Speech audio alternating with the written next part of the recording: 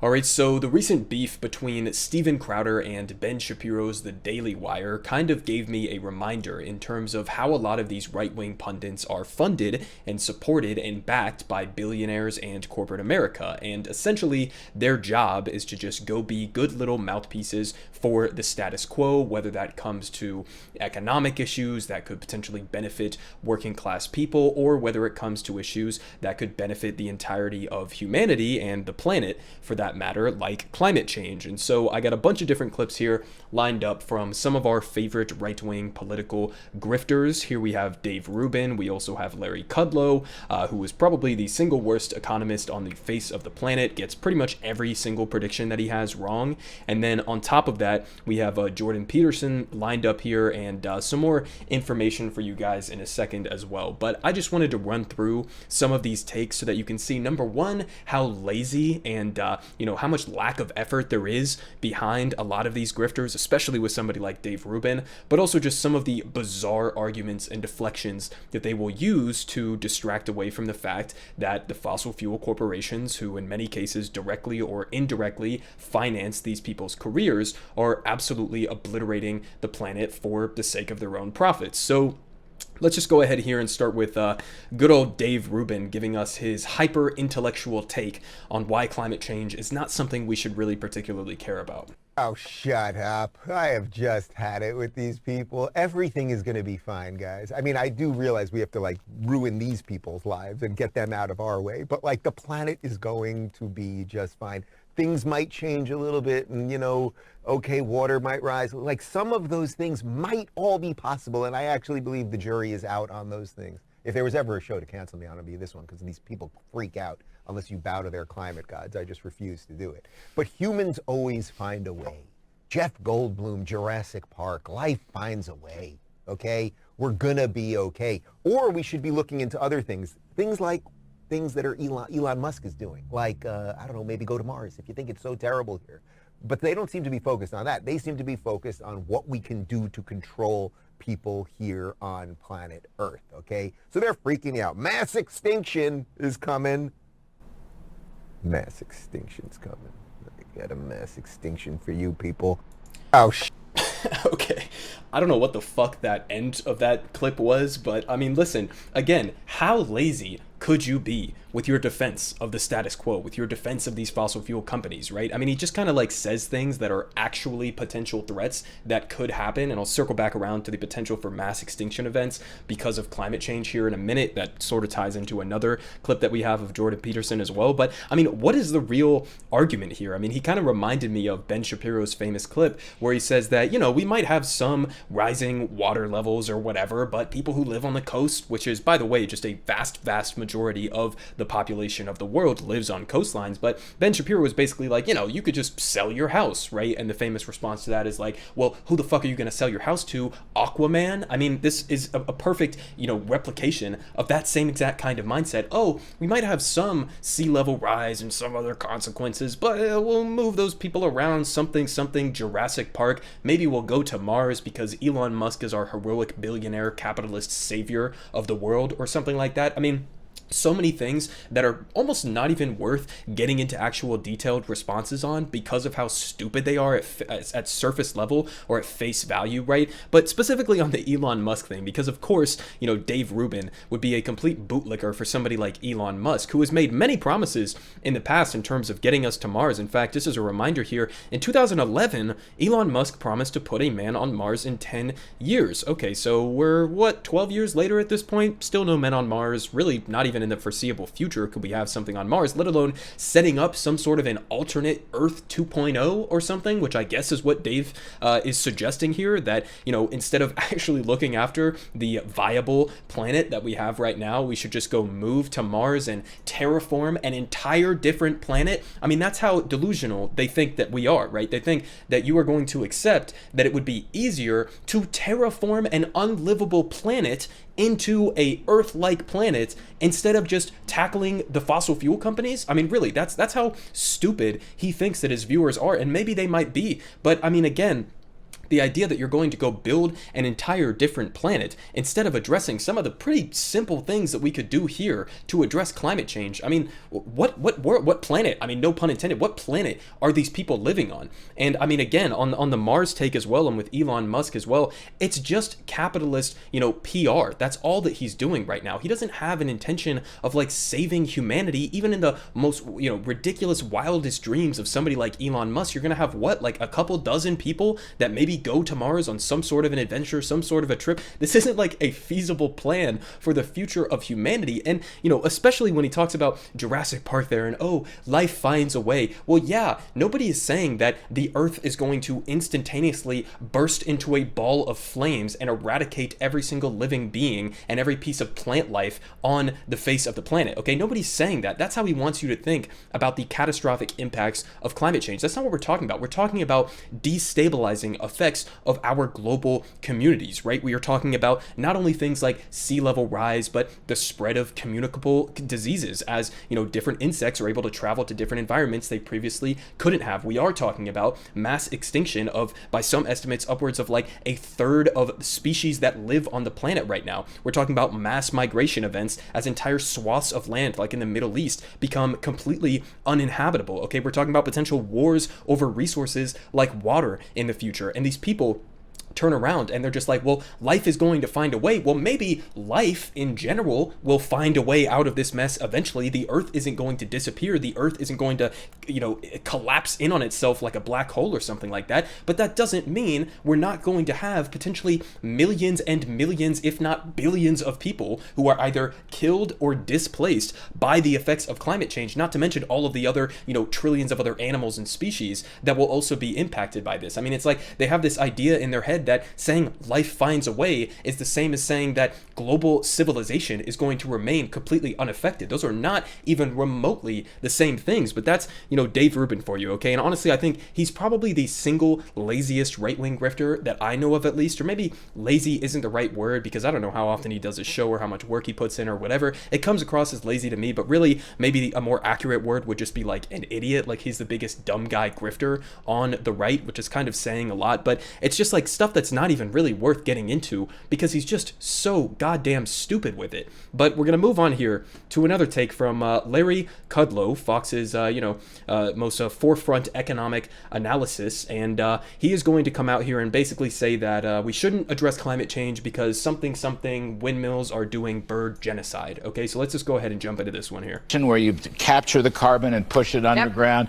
There's new technologies making that easier. Because right now it's throw money at it and push bad technology, bad solutions. That's correct. Right? And it's not working. You're destroying the environment, by the way. You're destroying the environment with all these wind farms, for example, okay?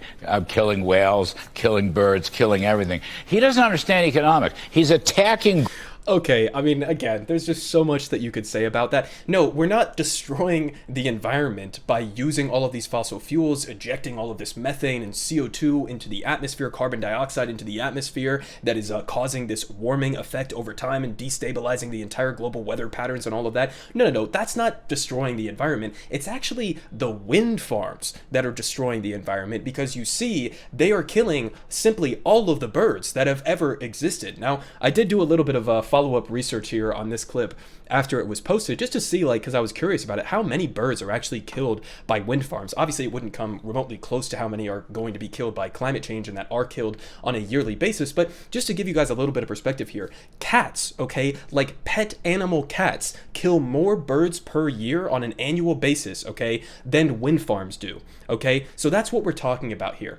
Maybe we should just get rid of cats, I guess. Maybe that's the next thing that he's going to pull out of his ass. But, I mean, again, the idea that, like, we are actually doing more damage to the environment by trying to build renewable energy alternatives than we are by sticking with the fossil fuel status quo. I mean, it's just, it's completely anti-science. It's completely detached from reality for obvious reasons. But there's your take there from Fox Business and Larry Kudlow. Again, one of the most consistently wrong economists in the entire world. But now we're going to move on to this little Jordan Peterson interview that he did here with Alex Stein, who is going to have have another sort of different take on why climate change, and this is where it gets really hilarious, because it's like you go full circle, right? They started out by saying like climate change isn't real, it's a hoax, right? Then you move into like, okay, well, climate change is maybe real, but it's not man-made. Then you move into like, okay, climate change is maybe man-made, but something, we have to protect the economy and national security or whatever the fuck. And now we've just moved on to here with Jordan Peterson, them straight up saying, well, yeah, climate change is real, it's probably man-made, and that's actually a good thing for the planet and for living species. So let's go ahead and hear what Alex has to say here. And so I'm really wrestling with how to conceptualize that particular set of statistics. I just thought of an idea. I've never thought of this before, so we're just trying it right now. But I think maybe we can think of three conceptions of the Earth which capture everything we're talking about. So my primary conception is evaluating the Earth from the perspective of human flourishing. How hospitable to human beings is it? And this includes like a lush, green, beautiful world for us to enjoy for many of the reasons you've talked about. But then the second one could be looking at the Earth in terms of just pure biological productivity. So just not even focusing on humans, just how much life is on the planet. And this captures what you just mentioned with rising CO2 levels, making a greener planet. But then the third one, and I think this is really the core of the modern environmental movement, is an unimpacted planet. So you're not optimizing for biological productivity, you're optimizing for minimal impact. And I think that is really the core of the modern environmental movement. It's not this just blanket collective desire for as much life as possible, and we're somehow getting in the way of that.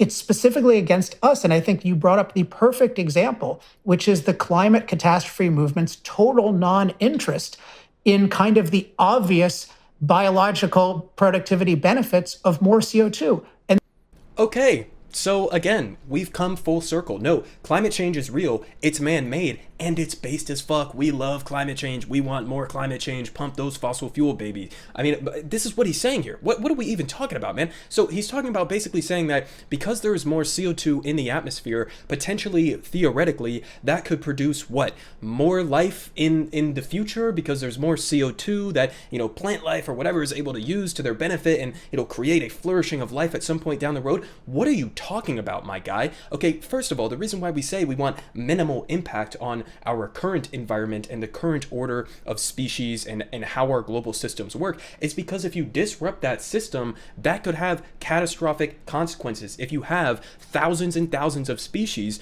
that are going extinct, that are being removed from the food chain and having adverse effects on other species, you have all of these compounding problems that are going to make life worse for human beings and obviously the rest of those species, right? This is a very delicate balance that we are talking about right now with our global, food chains and systems that we have right now, weather systems as well. These are very delicate things. And he's basically just trying to say like, well, if we have more CO2, maybe that could lead to different forms of life flourishing or something like that, regardless of, the catastrophic impacts on humanity, which is also something he just completely glosses over in that, which is like the actual verifiable impacts that climate change is going to have beyond just, not just rising sea levels, but all of those other things, right? The spread of disease and, increased severity and frequency of storms and flooding and droughts and all of these different compounding issues. He doesn't really mention any of those. He's just like, yeah, more CO2 might be good because more life in the future or something. But again, actual data on this, right? He talks about how, all of this life is going to be flourishing because we're pumping out all of this CO2. Here from USA Today, they say 1/3 of all plant and animal species could be extinct in 50 fucking years. Okay, try to wrap that through your head. I mean, I honestly, I can't even picture that. Legitimately, 1/3 of all plant and animal species could be extinct in the next 50 years. Okay, we are talking about a completely unprecedented situation in the entire history of humanity. And that's why I think it's also hilarious, again, going back to the Dave Rubin clip, where they're like, life finds a way. It's like, okay, maybe, yeah, we're not saying that 0 animals are going to exist in 50 years, but this is a pretty catastrophic breakdown of these global systems that we're talking about here that is going to have massive, catastrophic, widespread, reverberating effects for the entire planet and for, all of humanity for that matter. But just to put a little bow on this segment here from Jordan Peterson, he also tweeted this out the other day, and this literally made me laugh out loud legitimately. he posts a quote tweet of this data that was posted by some, anti-climate change person whose name is literally Climate Crisis. There is no climate crisis, okay? Reputable source here. But Jordan Peterson tweets, anyone object to this chart? Okay, so he really thought he did something here. He's like, does anybody object to this chart? I mean, look at this. It's showing climate history over the last almost 10,000 years, right? I mean, look, we have all of these anomalies and all of that. And then you look down here, okay? And if you were just to not look at these numbers down at the bottom of this graph, you might think, oh, well, hang on a second. This is medieval times. This is Roman times. This is Minoan times, and all of these different times throughout, relatively recent human existence. And it's been fluctuating all over the place. And if anything, we're kind of lower now than we were during the medieval period. Problem is, if you zoom in on this graph, and I know that I'm cutting it off here, but trust my word on this. I'll link it down in the description. The graph cuts off, okay, the point on this graph that is circled and has an arrow to it, okay, where it says supposedly unprecedented worth of the present climate. The graph ends in 1885, okay? So the graph that he's saying, anyone object to this chart, that is completely debunking climate change here and all of these alarmists and extremists who want us to address the issue, it stops at 1885, which is when this graph goes exponentially up like that after the Industrial Revolution and the massive widespread, industry around the world that has been polluting the atmosphere and releasing all of this CO2. Okay, he just cuts off the graph at 1885 and he thinks he got a dub there. This got 22,000 likes on Twitter. Okay, this is the type of competition that we are up against in addressing what is literally the single biggest issue facing humanity. This is the best they got. Okay, this is the hyper intellectual Dr. Jordan B. Peterson of the Daily Wire here for you guys. Okay, this is what his brain is putting out here to the world, to thousands and thousands of people who interpret this completely bullshit, misleading graph as if it's somehow indicative of how this global climate change cabal is lying to people, which is also fucking hilarious because they pretend as if this is some sort of like cabal of elites that are trying to usher in one world or one government communism in the world to force us to not eat meat anymore and take away our big pickup trucks to address climate change or something like that. The global capitalist community is literally subsidizing the fossil fuel industry to the tune of trillions of dollars per year, much more subsidies than the renewable energy sector gets. So it's like the status quo position, the establishment position, the elitist position on this issue isn't climate change addressing in serious ways or confronting the fossil fuel industry or anything like that. It's the exact opposite. It is about protecting the entrenched power of these fossil fuel companies, the profits that they make by destroying the planet, which I think that's absolutely hilarious because all of these I'm going against the establishment climate change position. It's like, no, you're not. You are literally doing propaganda, agitated propaganda on behalf of these fossil fuel barons who fucking run the world and run our government for that matter as well. I mean, we saw the damage that somebody like Joe Manchin, a literal fossil fuel millionaire coal baron from West Virginia, was able to do to even Biden's proposed climate change agenda. And just as a reminder, the only thing that Biden was able to get through the Inflation Reduction Act recently was like $369 billion to address climate change over 10 years, $37 billion roughly per year invested in addressing climate change, while we're spending nearly $1 trillion a year on our fucking military budget. Okay, that's the current state of the world, and these motherfuckers are actually trying to look you dead in the eye and pretend as if the problem is that people are being too hysterical about addressing climate change. We have not even touched the surface in terms of meaningfully addressing this issue that, again, is a kind of big threat to humanity as we know it. But a little bit more info here on a different style of argument, which I think may be a little bit more appealing to some conservatives, right? Because we can talk about the catastrophic impacts of climate change and, how many millions and billions of people will be impacted by this and all of the species that will be lost as a result of this. But at the end of the day, we know that conservatives really only give a shit about profit margins and economic growth and all of that, right? So here from Columbia, they say, how climate change impacts the economy. Okay, so an economic analysis of why it's completely fucking insane to continue on the path that we are on right now. They say a recent report in Nature examined how climate change could affect 22 different sectors of the economy under 2 different scenarios. If global temperatures rose to 2.8 degrees Celsius from pre-industrial levels by 2100, and if they increase by 4.5 degrees Celsius over that same period. The study projected that if the higher temperature scenario prevails, which it seems more likely by the day, climate change impacts on these 22 sectors would cost the US $520 billion each year. And even in the best case scenario, which seems very, very unlikely, it's still around $250 billion a year. So, I mean, again, this is an economic argument as well. And primarily, I mean, just as a reminder here, and they also point out down here, $415 billion in the last 3 years, just due to the direct impacts of these increased and more frequent storms that we have been having as a result of climate change, at least partially. So $415 billion over the last couple of years. They're estimating $520 billion each year in economic losses. And I think, honestly, if anything, that would be an undercount because, again, they're just referencing the direct impacts from things like storms, which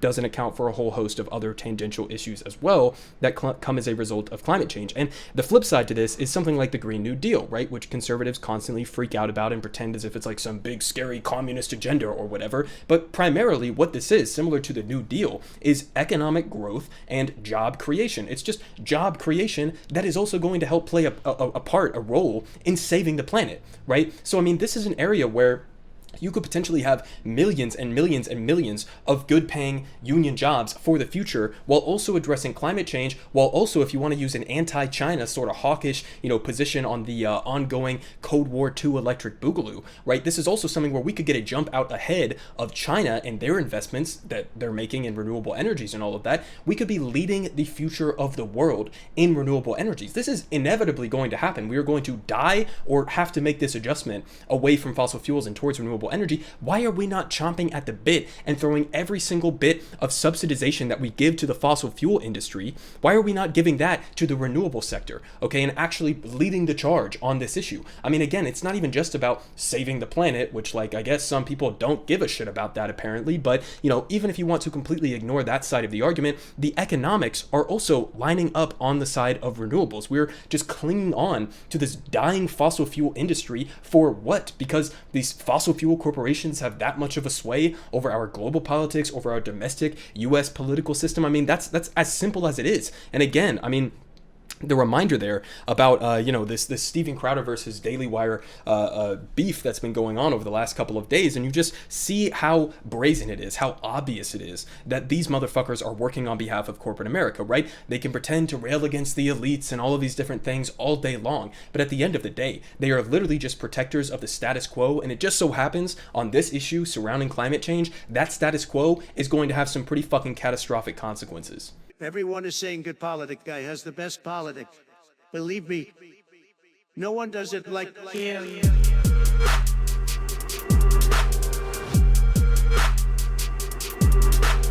Believe me, everyone is saying